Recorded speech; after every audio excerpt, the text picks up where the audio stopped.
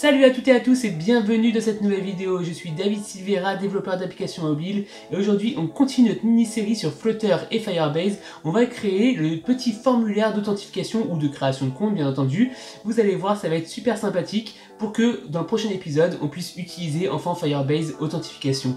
Alors restez bien jusqu'à la fin, vous allez voir le rendu final de notre écran. On va voir comment faire pour que notre écran s'adapte si c'est une création de compte ou si c'est une authentification. On va pouvoir aussi mettre en place le petit loader qui va permettre au moment où je clique sur justement le bouton sign in ou register, et bien j'affiche un petit loader pour faire patienter l'utilisateur le temps de créer son compte ou de s'authentifier. Pour les nouveaux arrivants, n'hésitez pas à vous abonner et à activer la cloche pour manquer aucun des prochains épisodes, mais aussi pour manquer aucune de mes vidéos, ça me fait toujours plaisir. Vous êtes 70% à regarder mes vidéos sans être abonné, donc faites-le, n'hésitez pas, c'est complètement gratuit. Alors les petites maquettes ressemblent à ça. On va avoir voilà justement un titre dans la barre, sign in to water social ou register to water social. Alors là je vais mettre vraiment le même scaffold pour les deux, d'accord. Donc on va juste mettre un petit booléen, je vous explique là maintenant, comme ça quand on regarde le code ce sera beaucoup plus simple.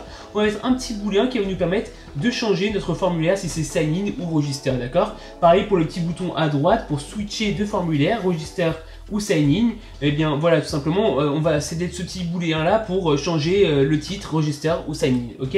Et juste en dessous on va avoir un petit formulaire très simple, email password, qui va gérer aussi les erreurs si on n'a pas mis d'email, si on n'a pas mis de password, et un bouton sign in pareil qui va changer si c'est le formulaire de register ou le formulaire de sign in. Dans cet épisode on va pas mettre le name dans le formulaire de création de compte, on le verra quand on fera voilà Firestore dans le 4e épisode, ok.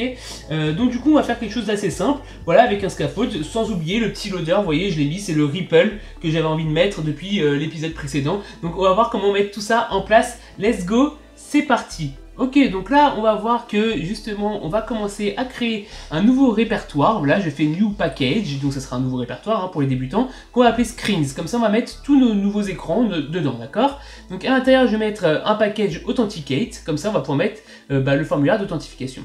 Et je vais créer un nouveau fichier qui s'appelle authenticate_screen.dart pour pouvoir créer justement voilà mon stateful widget qui va s'appeler authenticate screen d'ailleurs, ok.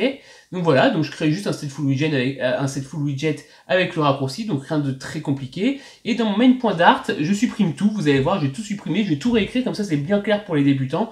Et pour les moins débutants, c'est juste une petite révision, d'accord. Donc là on fait juste un void main, d'accord, on importe material.dart et on fait un void main qui retourne sur run app MyApp, et on va créer la classe MyApp juste en bas. Donc c'est très rapide pour ceux qui savent déjà le faire, ne vous inquiétez pas. Donc je fais un stateless widget qui va s'appeler MyApp, ok, et à l'intérieur on va retourner une material app, voilà, tout simplement, d'accord. Et ma home, je vais lui demander de rediriger vers authenticate screen, comme ça on va pouvoir tester authenticate screen directement, justement la classe qu'on a juste de créer.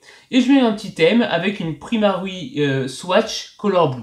Voilà, c'est tout, vraiment on va faire que ça. Si je sauvegarde, regardez bien, eh bien on va être sur un écran tout noir parce qu'on va justement travailler sur Authenticate Screen. Ok, là on va créer un formulaire, je vais pas beaucoup m'attarder, regardez juste, j'ai un form key, un string où je vais pouvoir mettre des erreurs au moment où je vais appeler Firebase, un petit booléen loading pour pouvoir dire que je suis en train de loader pour afficher un petit loader, et puis deux contrôleurs, l'email et password, ce sera pour mes champs de texte, les mes champs de saisie, d'accord, et le petit booléen que je vous ai parlé juste avant, le show sign in, qui permet de switcher entre les deux formulaires.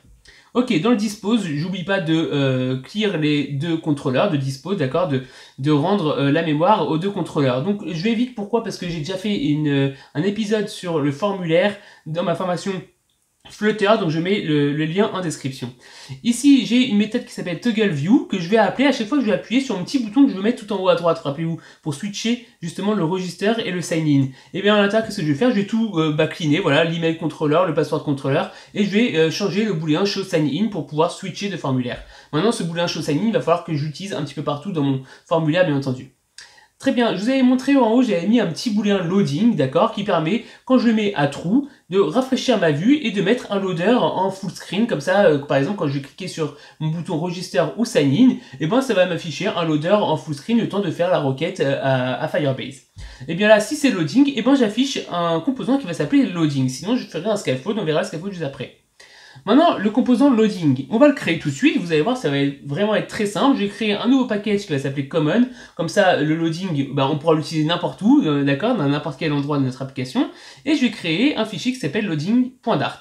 Et j'ai envie de mettre le petit ripple, rappelez-vous. Le petit ripple qui est juste là, pour loader, voilà, d'accord? Donc pour charger.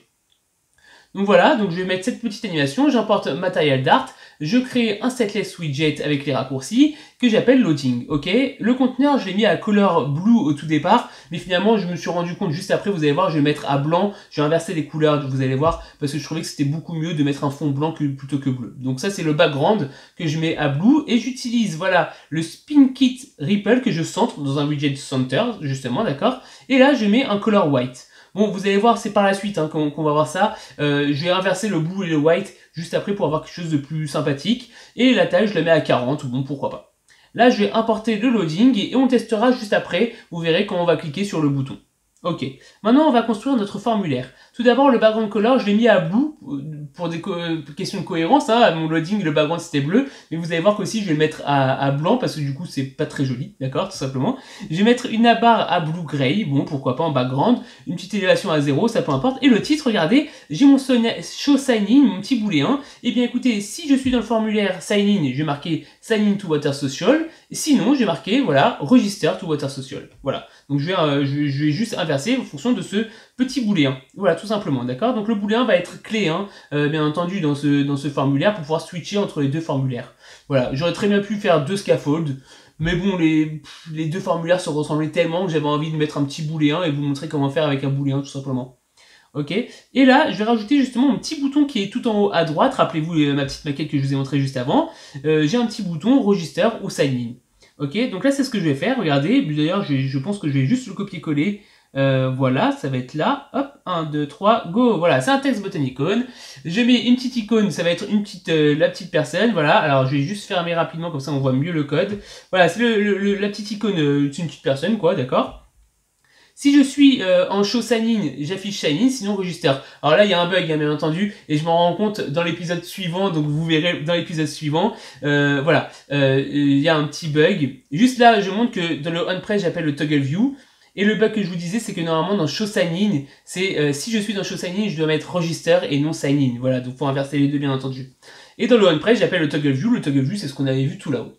Là, je me rends compte que le design, il est vraiment moche. Voilà, le bleu comme ça, le bouton qui est tout bleu, l'icône qui est toute bleue. Donc là, j'inverse les couleurs, vous voyez, le background color, je le mets à blanc. Je trouve que c'est déjà beaucoup mieux. Alors, je suis pas de produit design, hein, donc c'est quelque chose de très simple que je suis en train de faire. L'icône, voilà, je la mets à bleu. Et puis, je rajoute un textile à mon texte. Non, l'icône, je la mets à blanc. Et je mets un textile à mon texte en blanc, voilà, comme ça tout est blanc et ça sera beaucoup plus clean, beaucoup plus joli à voir. Voilà, regardez en haut, on le voit très bien, c'est beaucoup plus clean comme ça, voilà, c'est ce que je pense en tout cas. Et bien entendu, encore une fois, hein, le show sign in, normalement ici le texte je devrais mettre register et sign in, inverser les deux, hein, bien entendu, je vous le répète parce qu'on le verra que dans le prochain épisode. Et maintenant on va construire notre petit formulaire. Notre petit formulaire, alors oui, le bouton tout là-haut, dans le on-press, j'avais dit on appelle toggle view, rappelez-vous dans le toggle view, on change le booléen surtout, hein, et on fait en sorte que notre formulaire se réinitialise, ok? Donc on retombera encore dessus sur le toggle view juste après la petite méthode qu'on a créée. Notre formulaire, donc je ne m'attarde pas beaucoup dans les commentaires, hein, parce qu'on a déjà vu ça, comme je l'ai dit, dans un des épisodes de ma formation que je mets en commentaire, en description. Donc du coup dans le formulaire qu'est-ce qu'on met? En key on met le form key, d'accord, qui va nous permettre de valider notre formulaire. On va créer 2 text form fields, d'accord, un pour l'email où je vais mettre l'email controller, je vais mettre un validateur qui va checker si du coup c'est vide ou non, d'accord. Je mets un séparateur entre les deux, voilà, donc sizebox height à 10, donc juste un petit séparateur. Ici très intéressant sur le text form field du password, je mets un obscur text à true, ça on l'avait jamais vu sur ma chaîne encore, ça permettra de mettre des petits points pour le mot de passe. Et là, encore une petite erreur, et on va s'en rendre compte dans l'épisode suivant sur Firebase, c'est que je check si le mot de passe est fait au moins 4 caractères. Firebase veut un mot de passe de 6 caractères. Donc là, dans le prochain épisode, on changera juste ça en 6 et pas en 4, c'est tout. Hein, d'accord, c'est pas grand chose, je vous le dis tout de suite, comme ça, si vous codez en même temps, vous pouvez le faire dès maintenant. Et dans le command, je vais mettre un fichier de constante qu'on va pouvoir utiliser de n'importe où pour pouvoir justement faire en sorte que mes edit text, du coup, mes champs de saisie soient customisés. Je vais rajouter en fait tout simplement une petite bordure, vous allez voir, sur mes champs de saisie. Donc là, je dis que l'intérieur de mes champs de saisie field color c'est white, qui sera complètement rempli. Je mets un content padding juste pour pas que ce soit collé au rebord. Et puis je mets, voilà, enable border. Je lui dis que l'enable border c'est blue gray. Je lui donne justement un contour à blue gray dans tous les cas. Dans le cas où c'est focus, c'est-à-dire dans le cas où je suis en train de saisir quelque chose, où mon champ est focus, il sera du coup bleu et pas blue-gray. Voilà. Et puis là, tout simplement, dans la décoration de mes textes form feed, je mets mon text input decoration. Voilà, c'est tout ce que je fais pour le moment. Vous allez voir, j'ai changé 2-3 trucs. Regardez le rendu, voilà, c'est blue-gray. Et quand je suis focus dessus, eh bien, c'est complètement bleu. Maintenant, quand je supprime tout le champ, vous voyez, il n'y a rien qui est écrit à l'intérieur. Donc, on ne sait pas s'il faut mettre un mot de passe ou, du coup, un email. Donc, qu'est-ce que je vais faire? Je vais faire un point copy with. Et je vais lui rajouter un paramètre à mon input decoration. C'est comme ça qu'on fait, on fait un point copy with et je peux mettre un in-text maintenant, email et password, tout simplement. Et voilà, maintenant j'ai un email et password. Je trouvais ça intéressant de vous montrer comment faire ce genre de choses pour pouvoir voilà, avoir une base et puis le modifier par la suite. Donc avec le copy with. Maintenant on va juste rajouter le petit bouton juste en dessous, mes deux input text, ça va très très vite, hein. N'hésitez pas à mettre pause ou à revoir la vidéo. Voilà, le code source, il est en description, donc n'hésitez pas à aller le checker, même si c'est le code source du projet final, cet écran-là n'a pas beaucoup changé au final, donc vous pourrez aller le voir. Et puis là, je mets un elevated button, avec pareil, avec le show sign in, d'accord? Donc si show sign in, alors je mets sign in comme texte, sinon je mets register. Et je lui dis que le texte sera blanc. Et je mets bien sûr le onPress, sinon ça veut rien dire. Je fais valider mon formulaire pour que tout là-haut mes contrôleurs, tout là-haut justement mes validateurs, mes méthodes validateurs soient appelés, d'accord? Je récupère mon mot de passe et mon email grâce aux deux contrôleurs, password contrôleur et email contrôleur. Là j'ai mis une to-do, call Firebase Authentication, on le verra dans le prochain épisode comment on fait pour appeler Firebase Authentication, mais restez bien jusqu'à la fin de cet épisode déjà pour voir le code et comme ça vous serez moins largué au prochain épisode. Donc là pour le moment je fais semblant que j'ai appelé Firebase et je dis que c'est nul, ok? Bon, peu importe. Et si Firebase me renverra une erreur, c'est-à-dire me renverra nul, eh bien je dis, voilà, je fais un set state où le loading je le mets à false, d'accord? Et alors oui, je l'avais pas dit, j'avais fait un set state juste au début où je mettais le loading à true, d'accord? Et puis là, j'ai fait un set state pour remettre le loading à false, c'est-à-dire que, justement, alors je vais un peu vite, mais voilà, et je mets une erreur, regardez, erreur, please supply a valid email, je remplis le champ erreur. Mais le loading, voilà, justement, je reviens dessus. Bien entendu, ce booléen-là permettra de mettre le loader en full screen. Vous l'avez vu au tout début, hein, d'accord? Donc je le mets bien en tout début, avant même de faire la requête. Je fais loading à true et ensuite de ça, j'ai fait loading à false. D'ailleurs, là, j'ai enlevé le loading à false pour pouvoir voir le loader. Regardez, quand je clique sur register, il va valider mon formulaire, ça va marcher, puisque du coup, mon formulaire est bien rempli. Il va faire un set state de loading à true. Et là, on voit bien mon loader. Sauf que là, comme je vous l'avais dit, je vais inverser les couleurs pour avoir une cohérence, hein, bien sûr. Là, je vais mettre à blanc. Et juste en dessous, je vais mettre à bleu. Voilà. Comme ça, on va avoir quelque chose de homogène par rapport à l'autre écran. Très très bien. Donc du coup, on va revenir sur notre formulaire. Et comme je l'ai dit, voilà, l'erreur, il va falloir l'afficher maintenant, la petite erreur que Firebase pourrait nous renvoyer. Là, j'ai mis une erreur, please supply a valid email, mais on pourrait très bien imaginer qu'on filtre l'erreur de Firebase et mettre un vrai message d'erreur, ok? Donc là, je mets juste un texte, juste en dessous, qui va afficher mon erreur, avec un style rouge et une font size que j'avais mis à, il me semble, 15, voilà, c'est ça, 15. Voilà, donc tout simplement, hein, je mets juste un texte qui va s'afficher juste en dessous. Regardez, par exemple, là, je mets un email qui n'est pas valide. Bon, là, forcément, je mets quoi qu'il arrive une erreur, parce que j'appelle pas Firebase, et l'erreur s'affichera juste en dessous. Ok, très bien. Maintenant, on avait vu, alors je sais pas si vous avez fait gaffe, parce que je parlais beaucoup en même temps, mais mon text input decoration, ici, mon input decoration, ne gère pas les erreurs. Quand j'ai une erreur, ça me mettait un trait rouge. Donc là, ce que je vais faire, c'est que je vais dire error border, vous voyez, si j'ai une erreur, et bien dans ce cas-là, je vais mettre une bordure rouge, tout simplement.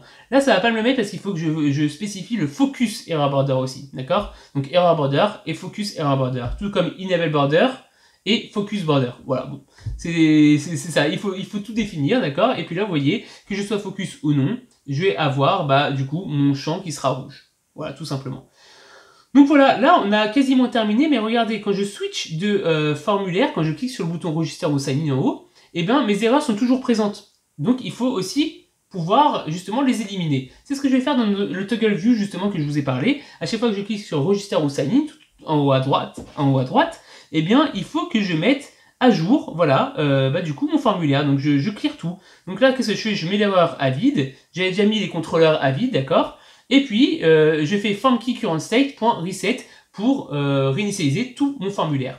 Et quand je clique, on voit bien que toutes mes erreurs ben elles disparaissent. Voilà, donc là on a vraiment tout vu, ça va très vite, hein. Je suis entièrement d'accord, mais du coup faire tenir ça en une vidéo c'est assez complexe et j'ai pas envie de m'attarder sur un simple formulaire. C'est pour ça que je vous ai fourni tout le code source dans la description, et en plus de ça du coup je vous ai commenté très rapidement tout ce que j'ai fait voilà, dans cette vidéo. Donc j'espère que ça vous a plu, n'hésitez pas à mettre un pouce bleu même si c'était assez rapide. J'ai vraiment envie qu'on se focalise sur l'authentification avec Firebase dans le prochain épisode. Abonnez-vous à la chaîne et activez la cloche si ce n'est pas déjà fait. Partagez au maximum cette petite formation. N'oubliez pas de laisser un petit commentaire pour me motiver. Moi je vous dis à très vite. Ciao ciao.